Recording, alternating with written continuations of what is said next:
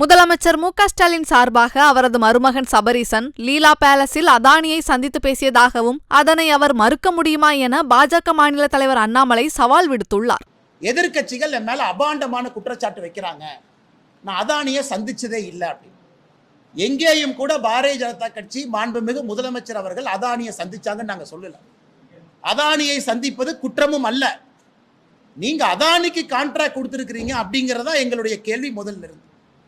ஆனால் இன்று முதலமைச்சர் அவர்களுக்கு நாங்கள் ஒரு கேள்வி கேட்கிறோம்.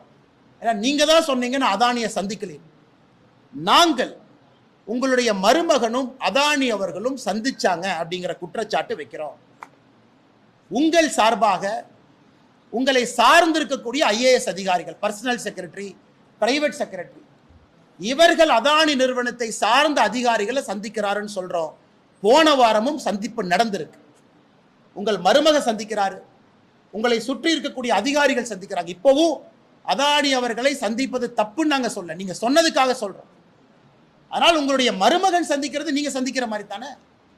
உங்க மருமகன் சந்திக்கவே இல்லைன்னு நீங்க சட்டமன்றத்தில் நாளைக்கு சொல்லுவீங்களா? சபரீசன் அவர்கள் இதுவரை அதானி நிறுவனத்தை சார்ந்த யாரையும் ஒரு லீலா பேலஸ் ஹோட்டல்லையோ அவருடைய வீட்டிலையோ சென்னையில் இன்னொரு இடத்துல சந்திக்கவில்லை என்று சொல்லட்டும், சந்திச்சாரு நாங்க ப்ரூஃப் கொடுக்கிறோம்.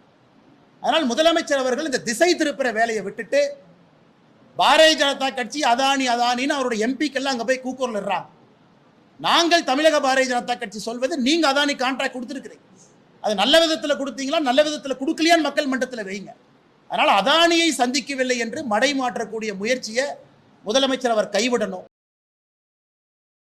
செய்திகளை உள்ளது உள்ளபடி தெரிந்து கொள்ள ரெஃப்ளெக்ட் நியூஸை சப்ஸ்கிரைப் பண்ணுங்க.